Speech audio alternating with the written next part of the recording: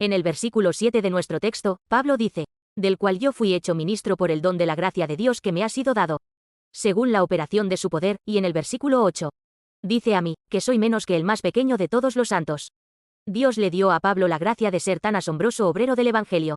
En los versículos 8, 9, para que anunciase a los gentiles las inescrutables riquezas de Cristo, y 9, y de aclarar a todos cuál sea la dispensación del misterio escondido desde los siglos en Dios, que creó todas las cosas, y, en el versículo 10, para que la multiforme sabiduría de Dios sea ahora dada a conocer por medio de la Iglesia, a los principados y potestades en los lugares celestiales, y, en el versículo 11, todo esto, conforme al propósito eterno que hizo en Cristo Jesús nuestro Señor. Pablo está diciendo que Dios lo ha puesto como ministro de Dios, para revelar a los gentiles y a los pueblos las riquezas de Cristo y el misterio de la gracia de Dios. Y está diciendo que Dios ha dado a conocer a esta Iglesia, mediante el cumplimiento del misterio de Dios, la multiforme sabiduría de Dios, a los gobernantes y autoridades en los lugares celestiales, los ángeles. En otras palabras, estas inescrutables riquezas de Dios en Cristo, o el misterio de la gracia salvadora de Dios al hombre a través de la Iglesia, es la sabiduría de Dios, que es un misterio incluso para los ángeles. Que Pablo ha sido llamado y hecho un trabajador en el cumplimiento de este gran misterio, y la economía y la providencia de Dios, y es por eso que Pablo está tan asombrado y emocionado y agradecido. Fue con tal gratitud y emoción, que Pablo se refirió a sí mismo y se llamó obrero de Dios. La definición bíblica de un obrero de Dios es diferente de lo que pensamos de un obrero típico. Un obrero de Dios no es alguien que trabaja para Dios, en su propia fuerza y poder. Un obrero de Dios es alguien que descubre y participa en la voluntad y el plan de Dios para ellos. Entonces, ¿qué es un obrero de Dios? Todo comienza con Dios. Un obrero de Dios es solo participar en lo que Dios está planeando e impulsando. Un obrero de Dios es solo participar en lo que Dios está haciendo. Todo comienza con Dios. Entonces, por eso es diferente de un obrero normal. Pablo era un hombre que, en su propio celo, antes había estado siguiendo celosamente un camino que era diametralmente opuesto a la voluntad de Dios. Estaba convencido de que capturar, encarcelar y matar a los creyentes en Jesús era la obra de Dios. Pensaba que perseguir y oponerse a la Iglesia era su devoción a Dios. Así que no fue por su propia voluntad y plan que Pablo se convirtió en un verdadero obrero de Dios. Más bien, Pablo era un opositor de Jesús y un perseguidor del Mesías, y sin embargo, Jesús vino a él primero, cuando iba camino a Damasco, decidido a destruir la Iglesia, el cuerpo de Cristo, y Jesús vino a él y lo doblejeó con acento agudo y lo derribó. Hechos 9, 1, 5, y Saulo, amenazando aún y matando a los discípulos del Señor, fue al sumo sacerdote, y pidió un pregón para llevar a las sinagogas de Damasco, a fin de que si hallaba a alguno que siguiese su camino, lo atase, así de hombres como de mujeres, y lo trajese a Jerusalén. Y cuando se acercaba a Damasco, de repente le rodeó una luz del cielo cayendo en tierra. Oyó una voz que decía: Saulo, Saulo, ¿por qué me persigues? Y respondiendo, dijo: Señor, ¿quién eres? Hechos 9:15. Y el Señor le dijo: Ve, porque instrumento escogido me es este, para llevar mi nombre, en presencia de los gentiles, y de reyes, y de los hijos de Israel. Así que Pablo fue elegido para ser evangelizador del nombre de Jesús, de perseguidor a salvador de la humanidad, después de haber sido alcanzado por la luz de Jesús en el camino de Damasco. Así que Pablo no se convirtió en obrero de Dios por su propia voluntad, sino por la gracia y la revelación de Dios. Y la voluntad de Dios, como Pablo descubrió posteriormente, era Efesios 1:10, de reunir todas las cosas en Cristo, en la dispensación del cumplimiento de los tiempos, así las que están en los cielos, como las que están en la tierra. Pero lo que está en el cielo ya ha sido unificado, lo que queda es lo que está en la tierra. Ahora la gente en la tierra necesita ser unificada. Estar unificado es estar en la voluntad de Jesús. Estar unificado es que todo se conforme a la voluntad de Jesús. Estar unificado es que todas mis decisiones se conformen a la voluntad de Jesús. Estar unificado en Jesucristo. Todo lo que sucede en el ámbito político, económico, social y cultural solo es correcto cuando se hace conforme a la voluntad de Jesucristo. Eso es lo que significa estar unificado en Jesucristo. Esta era la voluntad de Dios para Pablo. Pablo entregó su vida a la voluntad de Dios para él. En otras palabras, Pablo se hizo predicador del Evangelio a los gentiles, para cumplir la voluntad de Dios de que el mundo estuviera unido en Jesús. Y un obrero de Dios no es el que trabaja para Dios según su propio plan y con su propio poder. Un obrero de Dios es el que participa en la voluntad y el plan de Dios. Por lo tanto, en primer lugar, un obrero de Dios no debe trabajar con sus propias fuerzas, sino con la fuerza y el poder que Dios le da. En el versículo 7 del texto, del cual yo fui hecho ministro por el don de la gracia de Dios, que me ha sido dado según la operación de su poder. En el verso 7, Pablo dice la razón por la cual Dios lo llamó a ser un obrero para este evangelio. Se dice en Efesios 3:6, que los gentiles son coherederos y miembros del mismo cuerpo, y copartícipes de la promesa en Cristo Jesús por medio del evangelio. Pablo está diciendo que fue llamado a ser un obrero para ser heredero juntamente con Jesús y coherederos, con socios y partícipes juntamente de la promesa. Sin embargo, Pablo fue originalmente una persona que trató de exterminar a la iglesia.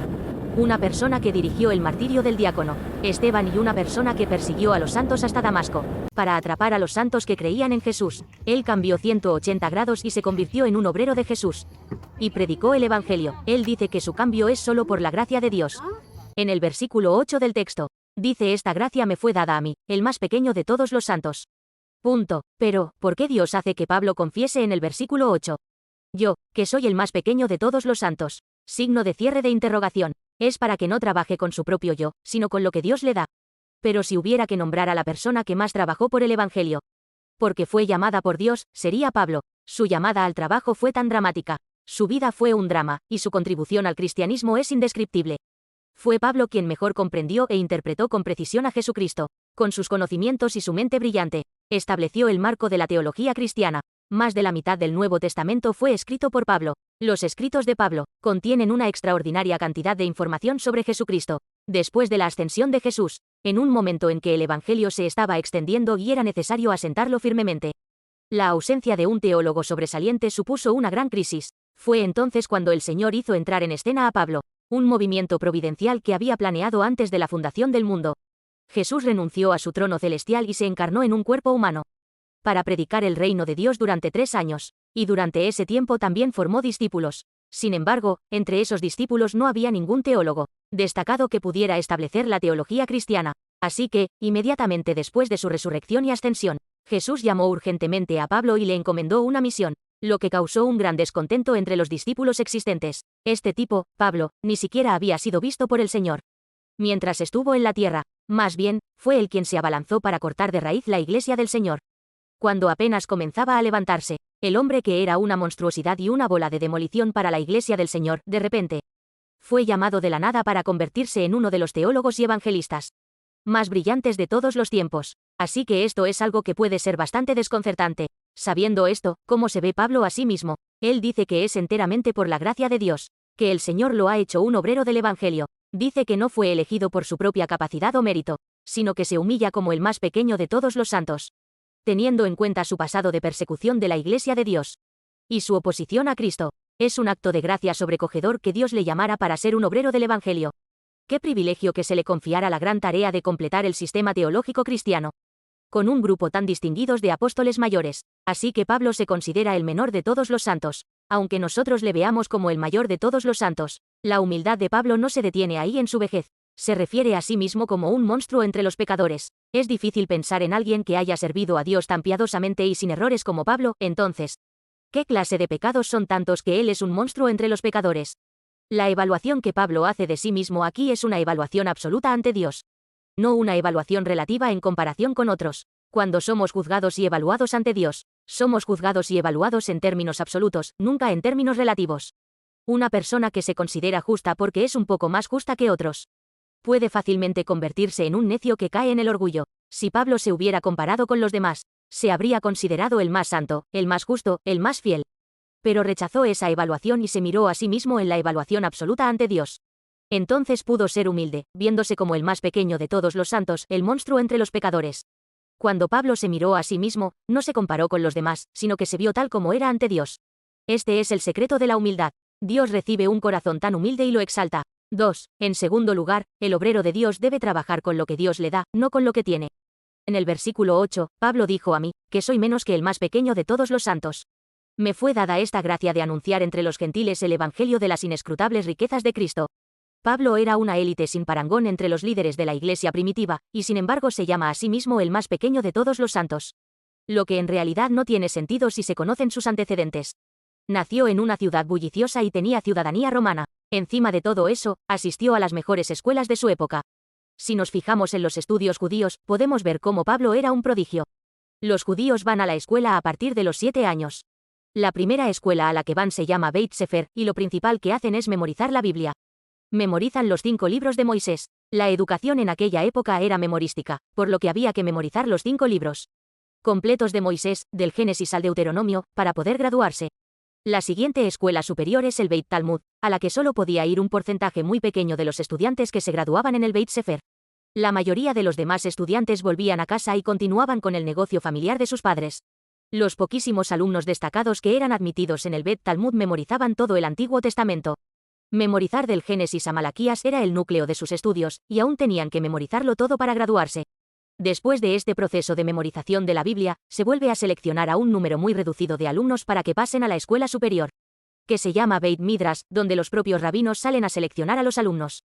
Los alumnos que son examinados por los rabinos ya son muy buenos estudiantes por derecho propio. Básicamente han memorizado todo el Antiguo Testamento, pero no es fácil convertirse en discípulo de un rabino. El rabino selecciona a sus alumnos haciéndoles memorizar la Biblia y haciéndoles preguntas. El rabino selecciona a 2 o 3 alumnos como máximo. Pero Pablo era discípulo del rabino Gamaliel, así que Pablo fue el que consiguió ser aceptado en el Beit Midrash, la facultad más alta. Y Gamaliel es el más brillante de los rabinos, y Pablo fue alumno suyo, así que eso demuestra lo brillante que era Pablo. En segundo lugar, el hecho de que Pablo fuera alumno de Gamaliel demuestra que tenía memorizado todo el Antiguo Testamento y que poseía una gran perspicacia, intuición y sabiduría. Esto equivale a que un estudiante de doctorado reciba clases del mejor profesor de la mejor universidad. No tiene mucho sentido que Pablo se refiera a sí mismo como menos que el menor de todos los santos. Además, ninguno de los otros discípulos se expresó de esta manera, solo Pablo lo hizo. ¿Y por qué es eso? Es debido a las expectativas equivocadas que la gente tenía de él. La gente pensaba que porque era tan erudito, porque estaba en una posición alta, porque tenía la ciudadanía romana, que sería capaz de hacer algo valioso para Dios. Pero Pablo respondió a sus expectativas diciendo que sus habilidades eran completamente inútiles para hacer el trabajo de Dios. Pablo llamó estiércol a todo lo que sabía antes de conocer a Jesús. En Filipenses 3:7-9, dijo, pero cuantas cosas eran para mi ganancia, las he estimado como pérdida por amor de Cristo, y ciertamente, aún estimo todas las cosas como pérdida por la excelencia del conocimiento de Cristo Jesús, mi Señor, por amor del cual lo he perdido todo, y lo tengo por basura, para ganar a Cristo, y ser hallado en él, no teniendo mi propia justicia, que es por la ley, sino la que es por la fe de Cristo, la justicia que es de Dios por la fe. Se dijo que el conocimiento y la experiencia de Pablo de su curso de élite eran estiércol, en otras palabras, algo a desechar.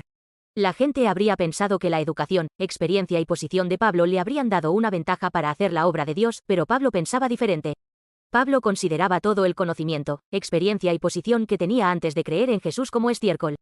Pablo se llamaba a sí mismo el más pequeño de todos porque tenía más que tirar que los demás. Pablo siempre estaba espiritualmente vigilante sobre sí mismo. Sabía que si bajaba la guardia espiritual aunque fuera por un momento, rápidamente se volvería dependiente de su propio conocimiento, experiencia y fuerza. Pero esa actitud se interpone en el camino de la obra de Dios. Porque la obra de Dios no solo la inicia Dios, sino que debe hacerse con la sabiduría y el poder que Dios da. Por eso, el obrero de Dios siempre debe arrodillarse ante Dios primero. El obrero de Dios debe arrodillarse ante Dios y pedirle a Dios sabiduría, poder y fuerza. El conocimiento, la experiencia y la habilidad humanos nos hacen depender de algo que no es Dios. Por eso Pablo siempre se llamaba a sí mismo el más pequeño de todos, para no depender de su propio conocimiento, experiencia y habilidad. Cada vez que se llamaba a sí mismo así, recordaba de quién dependía y con cuya fuerza debía hacer la obra de Dios. El obrero de Dios debe trabajar con la sabiduría, el poder y la fuerza que Dios le proporciona. Depender de cualquier otra cosa no es la actitud adecuada del obrero de Dios. Que trabaje con la gracia, la fuerza, el poder y la palabra que Dios le proporciona. 3. En tercer lugar, un hombre de Dios no debe vacilar ante ninguna tribulación o tentación. En el versículo 13, Pablo dijo: por lo cual pido que no desmayéis a causa de mis tribulaciones por vosotros, las cuales son vuestra gloria. Hay muchas cosas que pueden desanimar a los obreros de Dios. No debemos desanimarnos. Así que un obrero de Dios no se desanima cuando encuentra cosas que lo desaniman, porque ese problema es en realidad un camino a la gloria. Pablo está en prisión en este momento, y no se desanima, y les dice a los efesios que no se desanimen, porque es un camino a la gloria. Hay muchas razones por las que Dios da tribulación a los que están haciendo su obra, y no la menor de ellas es para refinarnos. El interés de Dios está en la persona más que en la obra. Dios no usa a las personas para tareas específicas. El interés último de Dios está en el hombre de Dios mismo. Por lo tanto, la razón por la que el hombre de Dios se encuentra con diversas tribulaciones y pruebas es para hacer de él un hombre que no falte para hacer la obra de Dios. Por eso Santiago 1, 2, 4 dice: hermanos míos, tened por sumo gozo cuando os halléis en diversas pruebas, sabiendo que la prueba de vuestra fe produce paciencia. Mas tenga la paciencia su obra completa, para que seáis perfectos y cabales, sin que os falte cosa alguna. Dios nos moldea por medio de pruebas y tribulaciones, y por eso debemos perseverar ante las pruebas y tribulaciones, para que seamos hechos perfectos. Cuando seamos hechos perfectos, seremos usados maravillosamente donde Dios quiera usarnos. Así que el obrero de Dios debe creer en esta providencia de Dios y no desanimarse cuando encuentre tribulación, sino perseverar y hacer la obra de Dios hasta el fin. Después de todo, el obrero de Dios no trabaja por su propia fuerza o talento, debe trabajar por la sabiduría y el poder que Dios le da. Por eso el obrero de Dios ora. Por eso el obrero de Dios está acostumbrado a orar, porque necesita buscar la sabiduría y el poder que Dios le da. Y el obrero de Dios no se da por vencido fácilmente en la obra de Dios a causa de sus circunstancias. Persevera aun cuando sus circunstancias son difíciles, porque sabe que Dios lo está moldeando a través de esas circunstancias difíciles. Todos somos obreros de Dios, por eso debemos buscar siempre la sabiduría y el poder que Dios nos da, y debemos perseverar aun cuando estemos en circunstancias difíciles. Y llegaremos a ser un obrero de Dios que es precioso para Dios. Que seas un obrero de Dios victorioso.